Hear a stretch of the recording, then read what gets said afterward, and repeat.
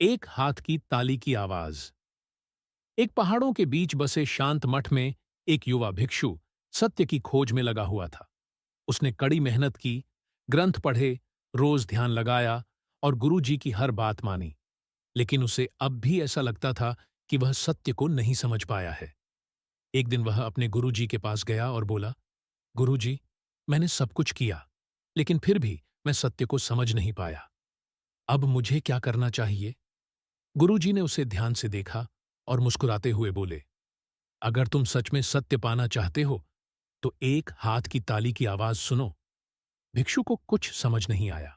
उसने सोचा, एक हाथ से ताली कैसे बज सकती है? उसने गुरुजी से और कुछ पूछने की कोशिश की, लेकिन गुरुजी चुप रहे। भिक्षु ने खुद इसका उत्तर ढूंढने का फैसला किया। वह अलग अलग तरीके से इसे समझने की कोशिश करने लगा। उसने एक हाथ से दीवार पर थपकी दी, हवा में लहराया और यहां तक कि अपने शरीर पर हाथ मारा, लेकिन कहीं से भी ताली जैसी आवाज नहीं आई। वह निराश हो गया, लेकिन उसने हार नहीं मानी। उसने गहरी सोच और ध्यान में समय बिताना शुरू कर दिया। वह घंटों तक चुपचाप बैठता और अपने चारों ओर की आवाजें सुनता। धीरे धीरे उसका मन शांत होने लगा। कुछ दिनों बाद उसने पत्तों की सरसराहट, हवा की हल्की फुसफुसाहट और अपनी सांसों की आवाज को महसूस किया। और फिर एक दिन ध्यान करते हुए उसे समझ आ गया। उसने गुरुजी के पास जाकर कहा, गुरुजी, अब मैं समझ गया। एक हाथ की ताली की आवाज मौन है। यही मौन मन को शांत करता है और इसी में सत्य छिपा है। गुरुजी ने मुस्कुराते हुए सिर हिलाया। वे जानते थे कि भिक्षु ने वह सीख लिया है जो उसे सीखना था।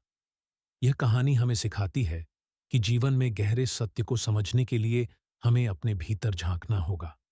बाहरी दुनिया में उत्तर खोजने के बजाय हमें अपने मन की शांति और मौन में उतरना होगा।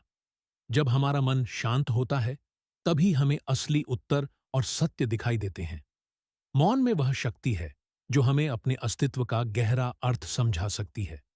इस कहानी का संदेश सरल है, अपना ध्यान भीतर की ओर लगाओ, क्योंकि हर उत्तर तुम्हारे भीतर ही छिपा है।